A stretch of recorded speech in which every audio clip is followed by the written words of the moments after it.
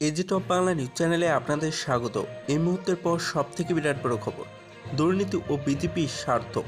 জিতেন্দ্র চৌধুরী দুর্নীতি ইস্যুতে তীব্রায় বিজেপির সরকারকে কড়া ভাষায় সমালোচনা করছেন সিপিএম রাজ্য সম্পাদক তথা বিরোধী দলনেতা জিতেন্দ্র চৌধুরী। তার কঠাত দুর্নীতির অপর নাম বিজেপির সরকার, সাথে তিনি যোগ করলেন এক কথায় দুর্নীতি এবং বিজেপির সামর্থ্য। এই দিন তিনি সাংবাদিক সম্মেলনে দুর্নীতি ইস্যুতে বিজেপি সরকারের বিরুদ্ধে সুর চলানোর পাশাপাশি নারী নির্যাতন নিয়েও তোপ দাগলেন এবং তার দাবি ত্রিপুরার নারী নির্যাতনের রাজধানী হয়ে উঠেছে। বিজেপি সরকারের অপদার্থতার কারণে সকল স্তরের মানুষ বিপন্ন হয়ে পড়েছেন। বর্তমানে রাজ্যে অস্বস্তিকর পরিস্থিতি তৈরি হয়েছে। এরই প্রতিবাদে দুর্গাপুজোর মরশুমে আগামী 3 অক্টোবর সিপিএমের তরফ থেকে শহরের বিক্ষোভ মিছিল করার সিদ্ধান্ত নেওয়া হয়েছে। এই দিন শ্রী চৌধুরী বলেছিলেন, ত্রিপুরায় আইন শৃঙ্খলার ভয়াবহ পরিস্থিতি চলছে। সম্পত্তি বন্যায় ক্ষতিগ্রস্তদের ত্রাণ সামগ্রী এবং পুনর্বাসন নিয়ে প্রশাসনের উদাসীনতার মনোভাব নিয়ে কাজ করছেন। পাশাপাশি বিদ্যুৎ নিগমের কাহারম দুর্নীতি লক্ষ্য করা গিয়েছে।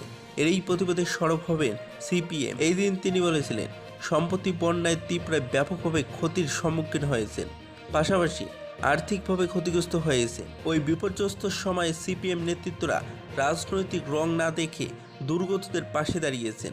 সেখানে বিরোধী দল হয়েও আলাদা সুরে কথা বলেন, কিন্তু দুর্ভাগ্যের বিষয় এই সময় শাসক দলকে মানুষের পাশে দাঁড়াতে দেখা যায়নি। এই দুঃখ সময়ে বন্যায় দুর্গতদের সঙ্গে অমানবিক আচরণ করছেন শাসক দল বিজেপি। এমনকি ত্রাণ সামগ্রী বিলি করতেও দলবাজি লক্ষ্য করা গিয়েছে। তার কথায় বিগত সিপিএম সরকারের আমলে দুর্গাপুজোর আগে গ্রামে গ্রামে ব্যাপক কাজের ব্যবস্থা করা হতো, যাতে গ্রামের মানুষ সুন্দর মুহূর্তের মধ্যে দিনগুলি কাটাতে পারে। তৎকালীন সময়ে গ্রামের মানুষদের মধ্যে উৎসাহ উদ্দীপনা লক্ষ্য করা যেত, কিন্তু বর্তমান সময়ে গ্রামের কাজ, খাদ্য এবং বাসস্থানের অভাব রয়েছে। গ্রামগুলিতে শোকের ছায়া বিরাজ করছে। তাই সিপিএমের তরফ থেকে পুজোর আগে গ্রামে কাজের ব্যবস্থা করা হোক। পাশাপাশি বেকারদের জীবন নিয়ে চরম ছিনিমিনি খেলছেন বিজেপির সরকার। তাতে হাজার হাজার মানুষের জীবন নষ্ট হচ্ছে। রাজ্যের বেকারত্ব চরম সীমানায় পৌঁছে গিয়েছে। সরকারি চাকরির ক্ষেত্রে প্রতিনিয়ত অনিয়ম দেখা দিয়েছে। এই দিন তিনি বলেছিলেন, সম্পত্তি বন্যায় ত্রিপুরা ব্যাপকভাবে ক্ষতির সম্মুখীন হয়েছেন, পাশাপাশি আর্থিকভাবে ক্ষতিগ্রস্ত হয়েছে। ওই বিপর্যস্ত সময়ে সিপিএম নেতৃত্বরা রাজনৈতিক রং না দেখিয়ে দুর্গতদের পাশে দাঁড়িয়েছেন।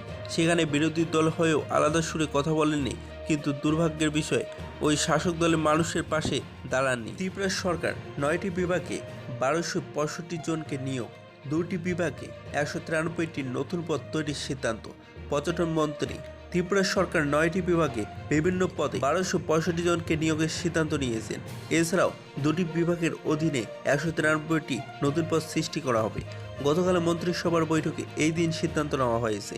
আজ সাংবাদিকদের সম্মেলনে এই সিদ্ধান্ত জানালেন পর্যটন মন্ত্রী সুশান্ত চৌধুরী। এই দিন তিনি বলেছিলেন, কৃষিকাজের একজন অধ্যাপক নিয়োগ করা হবে এবং ত্রিপুরা ফিল্ম অ্যান্ড টেলিভিশন ইনস্টিটিউটের জন্য চুক্তিভিত্তিক একজন উপদেষ্টা বা পরামর্শদাতা নিয়োগ করা হবে। তাছাড়া বন, রাজস্ব, জনজাতি কল্যাণ, নির্বাচন, অর্থ, স্বরাষ্ট্র, সাধারণ প্রশাসন, সচিব প্রশাসন, প্রাথমিক বিভাগে 1265 জনকে নিয়োগ করা হবে। এই দিন তিনি আরও বলেছিলেন, স্কুল বিভাগ, শিক্ষা এবং যুব বিষয় ও ক্রীড়া বিভাগের অধীনে 193টি পদ তৈরি করা হবে। সাথে তিনি যোগ করেছিলেন, মোট 194টি বনরক্ষী পদ তৈরি করা হবে। নির্বাচন দপ্তরের অধীনে একটি প্রোগ্রামার এবং 2টি পদে অ্যাসিস্ট্যান্ট প্রোগ্রামার মিলিয়ে মোট 3টি পদে সরাসরি টিপিএসসির মাধ্যমে নিয়োগের সিদ্ধান্ত নিয়েছে। পূর্বতন সরকারের সময় সংগঠিত সবগুলি খুনের মামলা নতুন করে খোলা হবে। মুখ্যমন্ত্রী প্রফেসর ডক্টর মানিক শাহ। পূর্বতন সরকারের সময় সংগঠিত সবগুলি খুনের মামলা নতুন করে খোলা হবে। আইনের যাবতীয় বিষয়াদি খতিয়ে দেখে খুব সহসাই পদক্ষেপ নেওয়া হবে। শুধু কথার মধ্যে সীমাবদ্ধ না থেকে এই বিষয়ে দ্রুত ব্যবস্থা নেওয়া হবে। সেবা কক্ষকাল এবং কর্মসূচির অংশ হিসেবে শনিবার রামনগর মণ্ডলের যুব মোর্চার উদ্যোগে আগরতলা কৃষ্ণনগরে আয়োজিত স্বেচ্ছা রক্তদান শিবির উদ্বোধন করে একথা বললেন মুখ্যমন্ত্রী প্রফেসর ডক্টর মানিক শাহ। এর পাশাপাশি গান্ধীঘাট সংলগ্ন বিবেকানন্দ ব্যায়ামাগারে আয়োজিত অপর একটি রক্তদান কর্মসূচিতেও অংশগ্রহণ করলেন তিনি। অনুষ্ঠানে মুখ্যমন্ত্রী প্রফেসর ডক্টর মানিক শাহ বলেছিলেন, 17 সেপ্টেম্বর প্রধানমন্ত্রী নরেন্দ্র মোদীর জন্মদিন উপলক্ষে সেবা পক্ষকাল কর্মসূচি রাখা হয়েছে। এর মাঝখানে 25শে সেপ্টেম্বর পণ্ডিত দীনদয়াল জির জন্মদিন আর 2রা অক্টোবর জাতির জনক মহাত্মা গান্ধীর জন্মদিন।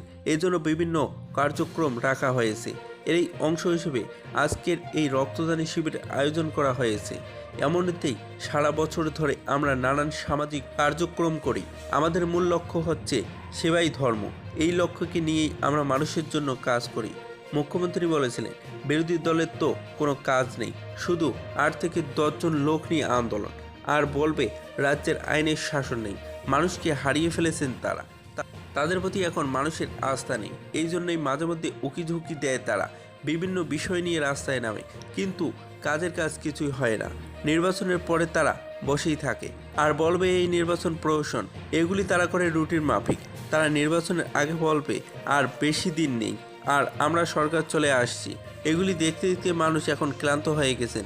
আর আমরা কিভাবে সাধারণ মানুষের জন্য বেশি বেশি করে কাজ করা যায় সেই নিয়েই প্রতিনিয়ত ক্যাবিনেট বৈঠকের সিদ্ধান্ত নিয়ে থাকি। মানুষকে কিভাবে সাহায্যের হাত বাড়িয়ে দেওয়া যায় সেই বিষয় নিয়েও আমরা কাজ করি। মণ্ডলের পক্ষ থেকেও বিভিন্ন সময় রক্তদান, বস্ত্রদান, স্বচ্ছ ভারত অভিযান প্রতিনিয়ত করা হয়।